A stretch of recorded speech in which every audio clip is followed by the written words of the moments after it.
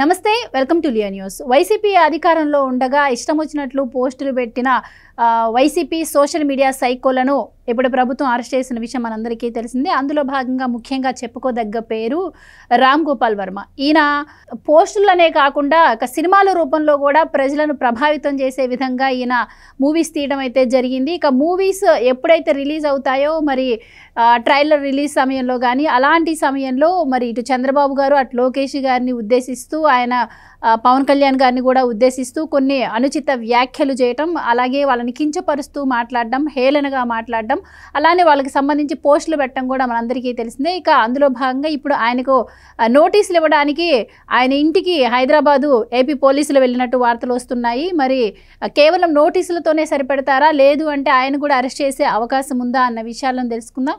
మనతో పాటు ఉన్నారు senior political journalist doctor Durga Vadlamani గారు. నమస్కారం మేడం. నమస్తే. ఈ సోషల్ మీడియా సైకోల అరెస్టుల పర్వం చివరికి రామ్ గోపాల్ వర్మ దగ్గరకు కూడా చేరింది. సో ఆయన కూడా మరి ఇటు చంద్రబాబు గారిని, పవన్ కళ్యాణ్ గారిని, లోకేష్ గారిని ఉద్దేశిస్తూ చాలాసార్లు కించపరుస్తూ మాట్లాడటం, హేళనగా మాట్లాడటం కూడా మనం చూసాము. ఇది మూవీ రిలీజ్ టైంలో కూడా వాళ్ళని హేళన చేస్తూ కొన్ని పోస్టులు కూడా పెట్టారు ఆయన ట్విట్టర్లో.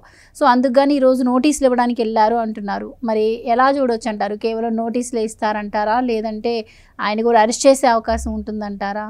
ఏం చెప్తారు? అంటే ఇప్పుడు ఏదో సినిమా తీస్తే ఏమీ నోటీసులు ఇవ్వరు కదండి. మీరు పొలిటికల్ సినిమాలు తీసినంత మాత్రాన అరెస్టు చేయరు. కాకపోతే ఏంటంటే మనిషి చేసే తప్పిదాలు ఎట్లా ఉంటాయంటే తెలుసో తెలియకో. ఆయన ఎక్స్ వేదికగా గతంలో ఆ వ్యూహం సినిమా అది ఆ సందర్భంగా ఆయన వ్యూహం సినిమా రిలీజ్ సందర్భంగా మాట్లాడిన మాటలు, ఎక్స్ వేదికగా పెట్టిన పోస్టులు సోషల్ మీడియాలో ఆయన ముఖ్యంగా చంద్రబాబు నాయుడు గారి మీద, పవన్ కళ్యాణ్ మీద, ఇంకా మించి నారా బ్రాహ్మణ్ మీద తప్పు కదా. అందుకోసమని ఇవాళ నోటీసులు అందిస్తున్నారు. ఈయన మీద ఎక్కడ యాక్చువల్గా కేసు నమోదైందంటే ఈ నెల 10వ తారీఖు అంటే నవంబర్ 10న మద్దిపాడు, ప్రకాశం జిల్లా మద్దిపాడు పోలీస్ స్టేషన్లో ప్రధాన కార్యదర్శి, తెలుగుదేశం ప్రధాన కార్యదర్శి ఎవరైతే ఉన్నారో అక్కడ రామలింగం గారు ఒక కేసు అంటే ఫైల్ చేశారు ఆయన మీద. అంటే ఫిర్యాదు చేస్తే పోలీసులు కేసు నమోదు చేసుకున్నారు. దాని మీద ఈ నెల 19న మద్దిపాడు పిఎస్కి వెళ్ళి హాజరు కావాలి. అయితే మనం నిన్నటి నుంచి చూస్తున్నాం, నిన్ననే కాదు అంటే వరుసగా, ముఖ్యంగా ఎప్పుడైతే వర్రా రవీంద్రారెడ్డి అరెస్ట్ అయ్యారో వెంటనే ఒక్కొక్కళ్ళు బయటకు వచ్చి ప్రెస్ మీట్లు పెడుతున్నారు.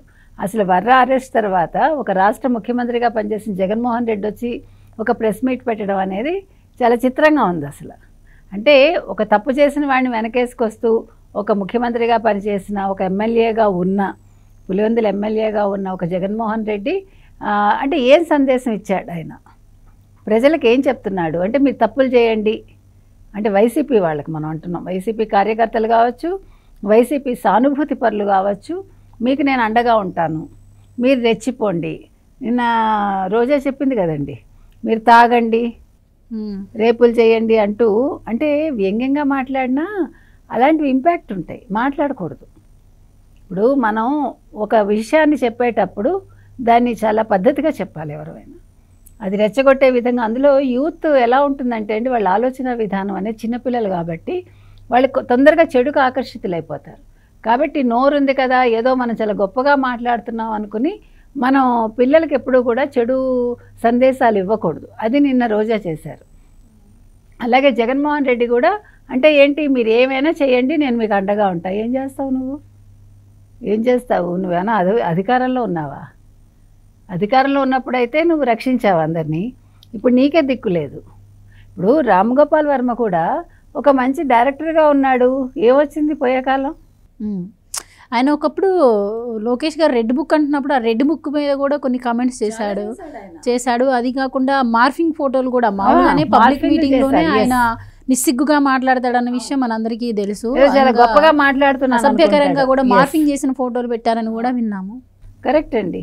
ఇప్పుడు మనిషి విచ్చలవిడిగా ఉంటాను అంటే ఒక సభ్య సమాజంలో ఉన్నప్పుడు కుదరదు కదా. వ్యక్తిగతం వేరు, నువ్వు ఒక సెలబ్రిటీ అయ్యాక నువ్వు మాట్లాడే ప్రతి మాట ఇంపాక్ట్ ఉంటుంది, నువ్వు చేసే ప్రతి పని ప్రజల మీద ఇంపాక్ట్ చూపిస్తుంది, ముఖ్యంగా యూత్ మీద. ఎందుకంటే ఒక శివ సినిమా తీసినప్పుడు దాని ఇంపాక్ట్ ఎంతమంది స్టూడెంట్స్ మీద పడింది? అది చిన్న విషయం కాదు. ఒక సైకిల్ చైన్ అనేది ఒక విజయవాడలో ఎట్లా తయారైందండి? అంటే ఏదైనా కూడా దాన్ని బట్టి మనకు అర్థమవుతుంది. నువ్వు ఒక మంచి మంచి సినిమాలు తీసావు, అక్కడితో ఆగచ్చు కదా, నీకేమొచ్చింది? వ్యూహం సినిమా తీసావు, బాగానే ఉంది. దానికోసం అసలు నారా బ్రాహ్మణిని ఎందుకు తిట్టావు నువ్వు? తప్పు కదా అది. వ్యాఖ్యలు చేయొద్దు ఆడవాళ్ళ మీద, ఎస్పెషల్లీ మీరు కమెంట్స్ చేయొద్దు ఎవడైనా సరే. అది అధికార పార్టీయా లేకపోతే ప్రతిపక్షమా మనకు అనవసరం. కాబట్టి ఇవాళ వర్మని అరెస్ట్ చేసినా తప్పులేదని మనం అనుకుందాం. ఇప్పుడు ఎవరు నిన్నను పేరుని నాని పాప ఏడ్ చేశాడు ఆయన ప్రెస్ మీట్లో. జగన్మోహన్ రెడ్డిని ఒక పోలీస్ అధికారి ఒక మాట అన్నట్ట, తిట్టాట. పాప నీకు కష్టం వచ్చేసింది. మరి ఈ కష్టం షర్మిలను తిట్టినప్పుడు ఎందుకు రాలేదు? షర్మిల పుట్టుకను ప్రశ్నించినప్పుడు వర్రా రవీందర్ రెడ్డి నీకు ఎప్పుడు ఎందుకు దుఃఖం రాలేదు? వెళ్ళి వాడిని పీకి చంపాలి కదా. ఇలా మాట్లాడతావా నువ్వు, మా రాజశేఖర రెడ్డి బిడ్డనని అనాలి కదా. మరి ఆ రోజు ఎందుకు పాప నీ గుండె రాయి అయిపోయింది? అప్పుడు నిన్న చెరువు అయిపోయిందా గుండె? జగన్మోహన్ రెడ్డి మీద అంత ప్రేమ నీకు? వర్మ అనే కాకుండా ఎవరైనా పెట్టిన పోస్టులను బట్టి కేసులు తీవ్రత ఉండే అవకాశం ఉంటుంది అంటున్నారు. మరి ఈయనైతే నార్మల్గా పెట్టడం కాకుండా మార్ఫింగ్ కూడా అంటున్నారు. కాబట్టి మరి ఈయనపై ఎలాంటి కేసులు నమోదయ్యే అవకాశం ఉంది? అది అరెస్ట్ దాకా వెళ్తుందంటారా? ఏమంటారు? ఖచ్చితంగా. అంటే ఇప్పుడు మనకి సెక్షన్స్ మనకు తెలియదండి, ఏ సెక్షన్స్ ప్రకారం పెడతారు ఏంటి అని. కానీ మార్ఫింగ్ చేయటం నేరమే కదా. అదేవిధంగా ఆడవాళ్ళ మీద మాట్లాడటం తప్పే కదా. నువ్వెంత గొప్పవాడివైతే ఏంటి దిగొచ్చావా? ఏ తప్పు చేయని చంద్రబాబు నాయుడు గారిని అరెస్ట్ చేయగలేంది. వీళ్ళు ఇలాంటి పనులు చేసినప్పుడు అరెస్ట్ చేయించడం ఏం తప్పులేదండి. పోలీసులు సవ్యంగానే వెళ్తున్నారు. వీళ్ళందరూ వైసీపీ వాళ్ళు ఊహించింది జరుగుతోంది. ఇవాళ వాళ్ళు ఏమనుకున్నారు? నిమ్మక నీరెత్తినట్టు ఉంటుందిలే తెలుగుదేశం కూటమి అనుకున్నారు. వాళ్ళు 3 నెలలు మీకు టైం ఇచ్చారు అంతే. 3 నెలల తర్వాత వాళ్ళ ప్రతాపం ఏంటో వాళ్ళు చూపిస్తున్నారు.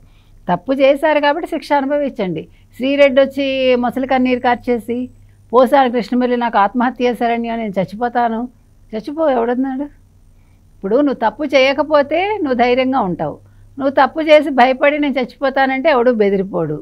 పైగా అరెస్ట్ చేసుకుంటే చేసుకోండి. ఇప్పుడు కూడా ఇటు పోసాని కావచ్చు, అటు అంబటి కావచ్చు, పేర్ని నాని కావచ్చు, జగన్మోహన్ రెడ్డి కూడా కావచ్చు, వీళ్ళందరూ కూడా మీడియా ముందుకు వచ్చి మమ్మల్ని అన్యాయంగా అరెస్ట్ చేస్తున్నారు, కక్షపూరితంగా నడుస్తుంది రాజకీయం, పోలీసుల తీరు బాగాలేదని చెప్పి మాట్లాడుతున్నారు.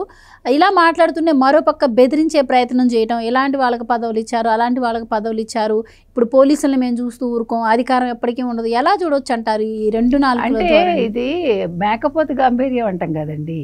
వాళ్ళకి లోపల భయం ఉంది, పైకి ఇవన్నీ బీరాలు పలుకుతారు చూడండి అట్లా.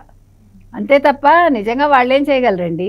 ఇప్పుడు ఒక పోలీస్ అధికారి సిన్సియర్గా ఉంటే నువ్వు వాళ్ళని తిడతావా? నువ్వు నీ సంగతి తేలుస్తానంటావా? అంటే నీ కొమ్ము కాయకపోతే వాడు సిన్సియర్గా ఉండడం వాడి తప్పు. ఇప్పుడు మనకి జగన్మోహన్ రెడ్డి చెప్తుంది అదే కదా, నేను అధికారంలోకి వచ్చాక మీరు 7 సముద్రాలు దాటినా నేను వచ్చి తీసుకొస్తాను. ఎలా తీసుకొస్తావు? నేను హనుమంతుడివా?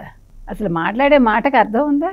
అంటే నేను ముఖ్యమంత్రిని అయ్యాక కూడా నేను అట్రాసిటీస్ చేయిస్తాను, ముఖ్యమంత్రిని అయ్యాక కూడా నేను ఇటువంటి వాటి మీదే దృష్టి పెడతాను, రాష్ట్ర అభివృద్ధి కోసం దృష్టి పెట్టను అంటున్నాడు ఆయన.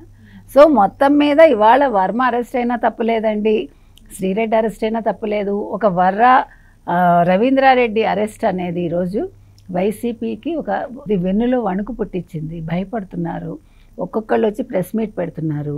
అందరికంటే ఎక్కువ రోజా కూడా భయపడుతోంది. ఏదేమైనా ఒక మంచి నిర్ణయమే ఈ ప్రభుత్వం తీసుకుందని మనం అనుకోవాలి. Right madam, thank you so much.